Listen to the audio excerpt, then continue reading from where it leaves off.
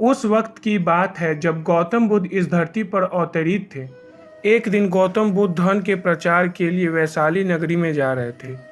वे अभी थोड़े ही आगे बढ़े थे कि उन्होंने देखा कि वैशाली नगरी के कुछ सैनिक भागते हुए एक लड़की का पीछा कर रहे थे। वह लड़की बहुत ही डरी हुई थी। वह एक कुएं के पास जाकर खड़ी हो गई और हांफने लगी। उसे प्यास लगी थी तो उसे पानी पीना था। भगवान बुद्ध ये सब देख रहे थे। फिर उन्होंने उस बालिका को अपने पास बुलाया और कहा कि तुम उस कुएं से पानी निकालो और स्वयं भी पियो और हमें भी पिलाओ। उतनी ही देर में वो सैनिक वहां पहुंच गए।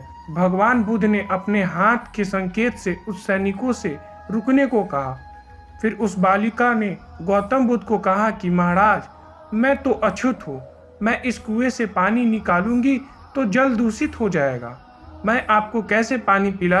भगवान बुद्ध ने उसे फिर से कहा, मुझे बहुत जोर से प्यास लगी। उसी वक्त वहां पर वैशाली के राजा पहुंच गए। उन्होंने बुद्ध को नमन किया और सोने के बर्तन में पानी देते हुए कहा, महाराज ये लीजिए, गुलाब का सुगंधित पानी आपके लिए है।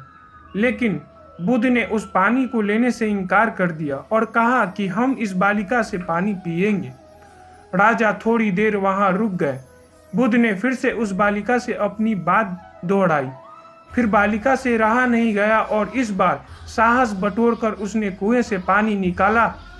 फिर पानी स्वयं भी पिया और बुद्ध को भी पिलाया। फिर पानी पीने के बाद बुद्ध ने बालिका से पूछा, पुत्री, तुम इतनी डरी हुई क्यों हो? तुम्हें किससे भय है? फिर बालिका ने पूरी बात बताई कि मुझे राजा के दरबार में गाने का अवसर मिला था।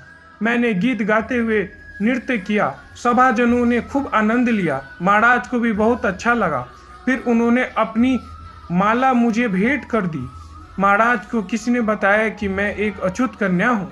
फिर महाराज ने उस कन्या से पूछा कि तुम एक अछूत कन्या है?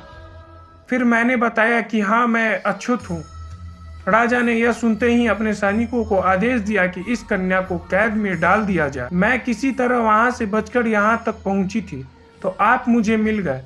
बुद्ध ने पास में खड़े उस राजा को कहा कि सुनो राजन, मैं चाहता हूं कि मेरी इस बात को आप सदैव याद रखें कि कभी किसी भी इंसान की पहचान उसके धर्म या जाति से नहीं, पर उसके गुण और कर्मों से की जाती है।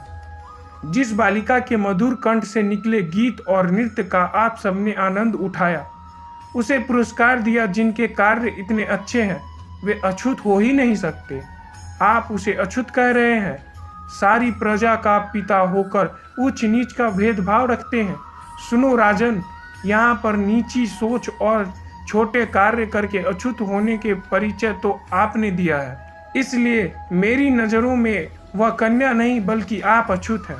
वैशाली नरेश को अपने इस कार्य से घृणा होने लगी और बहुत पछतावा हुआ। फिर वह बुद्ध के चरणों में गिर पड़े और क्षमा मांगने लगे और कहा कि आपकी इस बातों को मैं सदैव याद रखूंगा। फिर वहां से चलेगा। इस कहानी से हमें यह सीख मिलता है कि कोई भी इंसान अपने कार्य और विचारों से बड़ा बनता है, अपने धर्म या जाति से नहीं। ऐसे छोटे विचार रखकर खुद अछूत ना बल्कि उच्च नीच का भेदभाव भूलकर एक अच्छे मानवता का परिचय दे।